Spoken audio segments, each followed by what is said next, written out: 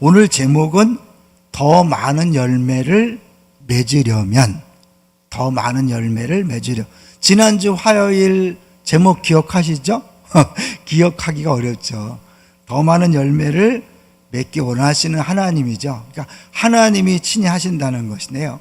근데 혹시 또 오늘 내가 헌금을 드렸는데 왜 헌금 기도를 안 하지? 이러시는 분이 있을지 몰라요. 왜냐하면 그것 때문에 또 은혜 못 받으면 안 되니까 미리 말씀드리면, 헌금함에 넣으면 그 열쇠가 잡혀, 열쇠로 잠궈놨기 때문에 우리 재정팀이 와야 그걸 여는데, 오늘 마침 아마 여러 가지 요새 오미크론 때문에 이제 조심하시는 분들이 있는 것 같아요. 왜냐하면 확진될까봐 주변에 그 주변 사람이 있어서 두 분 다 못 오셨대요. 그래서 내일 할 테니까 왜 내 거 안 부르지 이러시면 안 돼요. 이해하시면 좋겠어요. 자, 더 많은 열매를 맺으려면 그랬는데, 아니 우리가 잘못하면 요한복음 15장을 볼 때 우리의 생각대로 본문을 보기 쉬워요. 좀 전에 우리 박강수사님이 본문을 읽을 때도 어떻게 해요? 만원이 없는데 거기다가 만원이라고 붙여서 읽잖아요. 우리는 우리 생각을 가지고 모든 걸 보고 들어요. 그렇기 때문에 이 본문도 우리의 보통 생각을 가지고 읽으면, 아, 예수님이 열매를 안 맺으면 잘라버리는구나, 열매를 안 맞으면 다 구원이 취소되는 거 아닌가, 이런 뉘앙스로 읽기 쉬워요. 근데 번역도 그렇게 비슷하게 해놨기 때문에 오해의 소지가 많이 있거든요. 그런데 전체적으로 요한복음 15장은 14장 분위기에서 읽으셔야 돼요. 14장 분위기가 뭐죠? 예수님이 떠나간다 그러니까 제자들이 굉장히 불안해하고 두려워했죠. 그런 제자들에게 안심하라, 평안하라, 너네는 이미 복받은 사람들이다라고 이야기하는 게 핵심이잖아요. 결국 이 15장은 너네 열매 안 맺으면 다 잘라버릴 거야, 겁주는 게 아니라 너희들은 이미 열매를 맺을 수 있는 사람이 되었고 열매를 반드시 맺게 될 것이다, 너희들은 복받은 사람이고 특별히 선택받은 사람들이다 라는 것이 핵심이에요. 그러니까 오늘 본문도 그런 배경하에서 읽으셔야 돼요. 자, 이제 먼저 그림을 하나 볼 텐데요. 이 곤충을 연구하는 사람이 개미들을 대상으로 이렇게 관찰을 했대요. 그래서 불이 나면 어떻게 대처하는지 연구하기 위해서 실험을 해봤다는 거죠. 그래서 이제 일부러 불을 붙인 거죠. 나무젓가락으로 불을 붙였는데 이들은 이제 개미들이니까 무시하고 아마 불을 보면 당황해서 난리가 날 것이다 라고 생각했는데, 오히려 개미들이요 일사불란하게 움직이기 시작했다는 거예요. 처음으로 불을 발견한 개미가 자기 몸을 불 속에 내던졌다는 거죠. 그리고 다른 개미도 마찬가지로 불 속에 자기 몸을 내던졌어요. 불을 보고 좋아서 그랬을까요? 아닌 거예요. 불꽃이 점점 약해지면서 불이 꺼졌는데, 그것은 개미의 몸을 이루고 있는 키틴질이 불에 타면서 불꽃을 줄이는 소화물질로 변화된다는 거예요. 그러니까 딱 불이 났을 때 자기 몸을 희생해서 불을 끄는 일을 하는 거예요. 공동체를 위해서 자기 몸을 희생하는 것이 개미다. 그러니까 하나님께서 지은 만물이 참 놀라운 비밀을 갖고 있잖아요. 그러니까 하나님께서 우리에게 원하시는 것도 사실은 공동체를 위해서 자기 자신을 희생하는, 그것이 하나님께서 원하시는 원리죠. 근데 우리는 사실 부활이 보장되어 있기 때문에 죽어도 괜찮지만 개미들은 그렇지 않은데도 공동체를 위해서 기꺼이 죽는 걸 보면 참 신기하다는 생각이 들어요.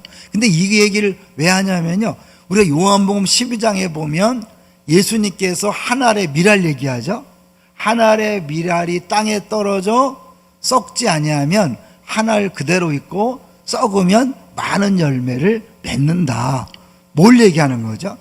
1차적으로 예수님이 십자가의 죽으심으로 우리 모든 인류를 구원할 것을 말씀하는 거예요. 한 사람인 예수님이 한 알의 미랄이 되어 땅에 떨어져 죽음으로 우리 모두가 살아나는 원리, 이제 그렇게 말씀하시면서 너희들도 신앙생활은 그거다. 너희들이 한 알의 미랄이 되어 땅에 떨어져 죽을 때 많은 열매를 맺는다. 이제 이 오늘 포도나무 가지 이야기는 내가 뭐 죽고 열매를 씨앗은 아니잖아요. 가지니까. 그런데 생명의 원리는 똑같다는 거예요. 죽어야 산다. 그래서 살고자 하는 자는 죽고 죽고자 하는 자는 산다. 이게 이제 하나님 나라의 원리거든요. 이제 그런 차원에서 오늘 2절, 3절을 다시 볼 필요가 있어요. 자, 우리 2절을 보겠습니다. 2절, 15장 2절. 시작. 물은 내게 붙어 있어 열매를 맺지 아니하는 가지는 아버지께서 그것을 제거해 버리시고 무릇 열매를 맺는 가지는 더 열매를 맺게 하려 하여 그것을 깨끗하게 하시느니라. 여기서 2절에 보면 내게 붙어 있어 열매를 맺지 아니하는 가지는 아버지께서 그것을 제거해 버리시고, 그러니까 열매를 맺지 않는 가지는 잘라버린다고 느껴지잖아요. 어제 기억나세요? 접붙였어요. 이 꺾꽂이가 아니라 접붙였단 말이에요. 이렇게 접붙였는데, 아니, 하나님이 접붙여 놓고 그거를 잘라버린다. 말이 안 되는 거잖아요. 그래서 이거는 언어적으로 한번 살펴볼 필요가 있어요. 그래서 이 부분을 우리 오간사님이 수고를 많이 했어요. 월요일인데도. 자, 2절 보면 제거해 버리시고라고 쓰여진 단어가 요 밑에 보면 아이레이예요. 아이레이. 그러니까 들어올리다, 빼앗다, 판결을 내리다, 잘라버리다는 뜻은 원래 없어요.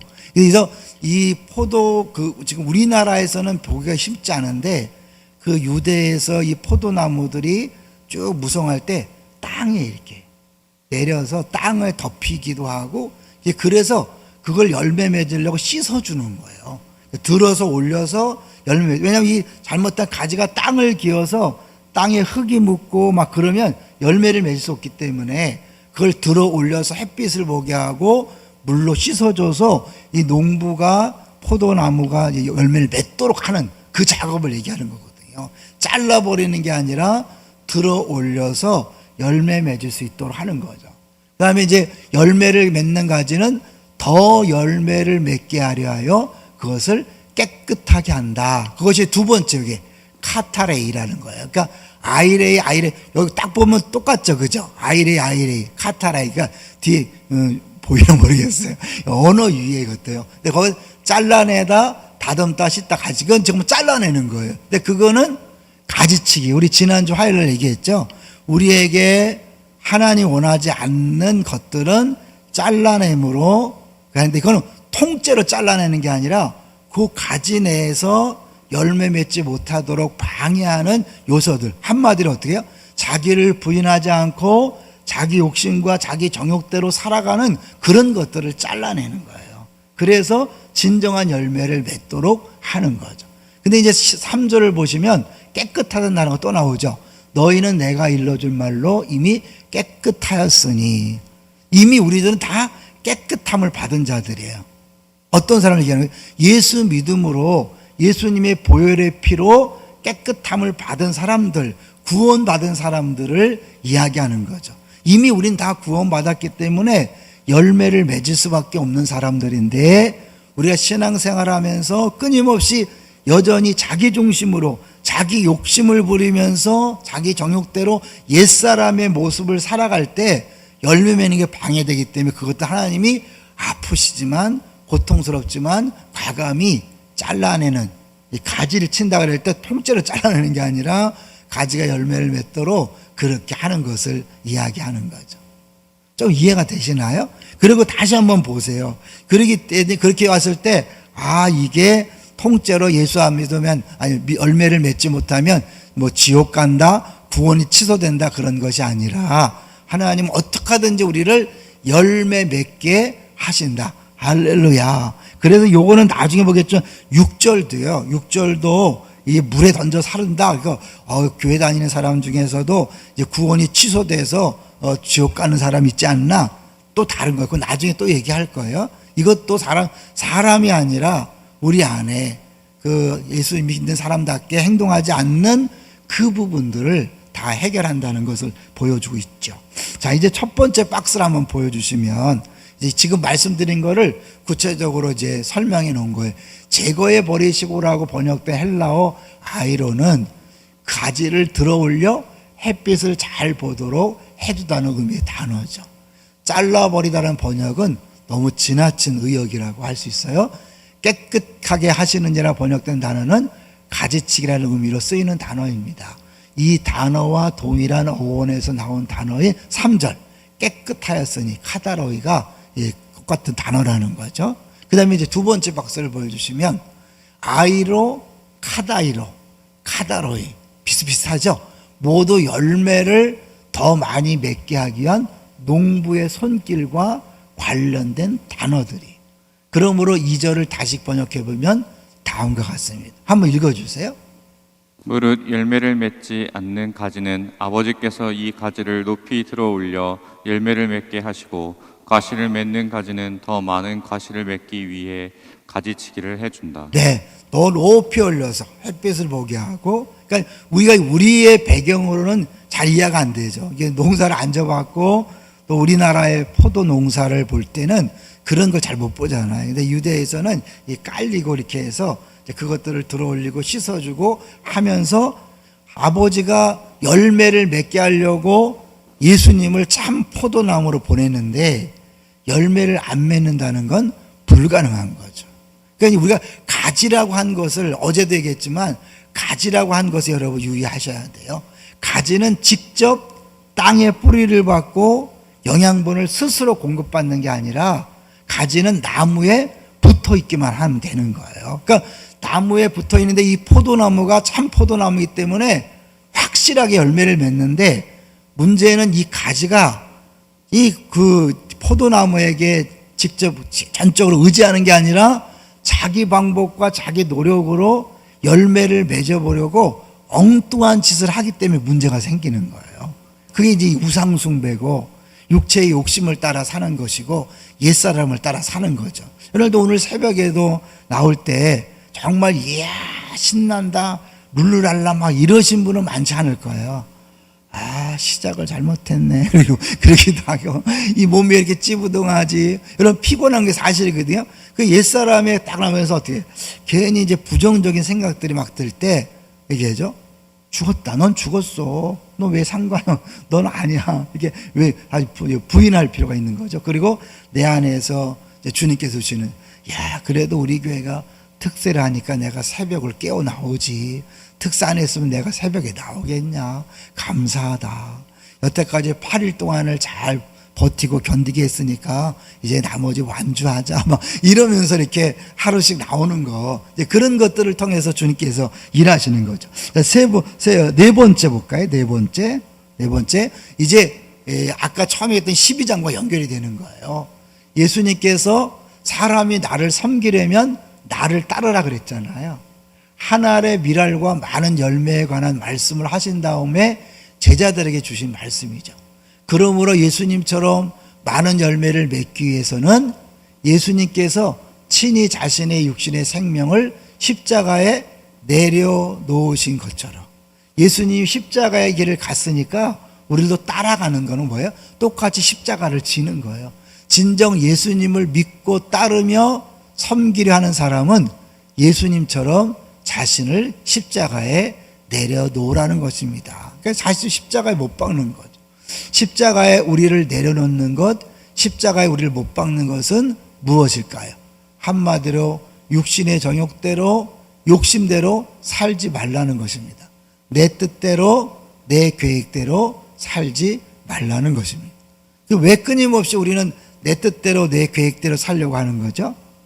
주님을 따라가다 보면 사망의 음침한 골짜기로 인도할 때가 있는 거예요. 굉장히 두렵잖아요. 염려가 되니까 내가 가다가 큰일 나는 거 아니야? 사실 믿음이라는 게 뭐예요? 주님을 따라간다는 자체가 굉장히 모험적일 수 있거든요. 아주 쉬운 얘기로 우리가 제일 그런 따르기 어려운 그 말씀이 뭐예요? 주일 성수 어렵잖아요.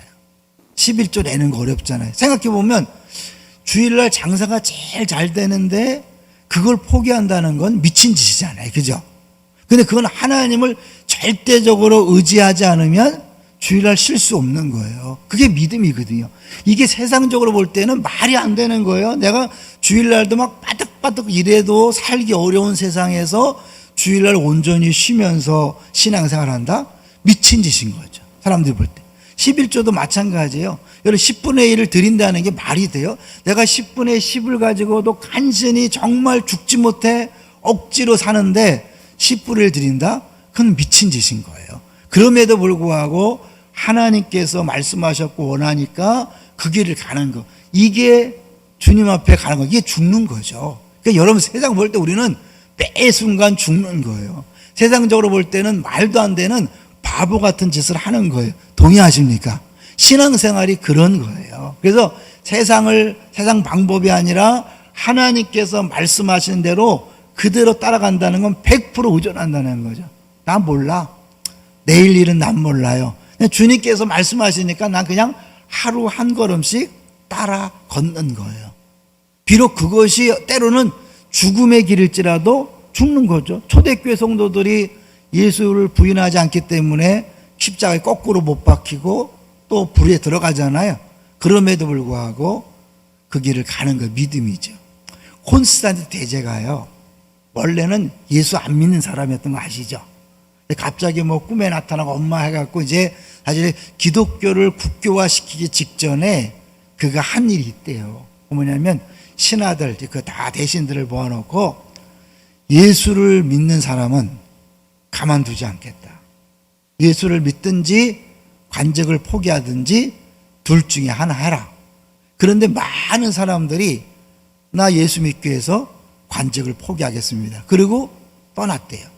그런데 일부는 나는 계속해서 관직에 머물기 위해서 예수를 부인합니다. 근데 표정을 보니까 난 예수 때문에 관직을 포기합니다라고 가는 사람들 표정이 너무 밝고 너무 행복해 보였대요.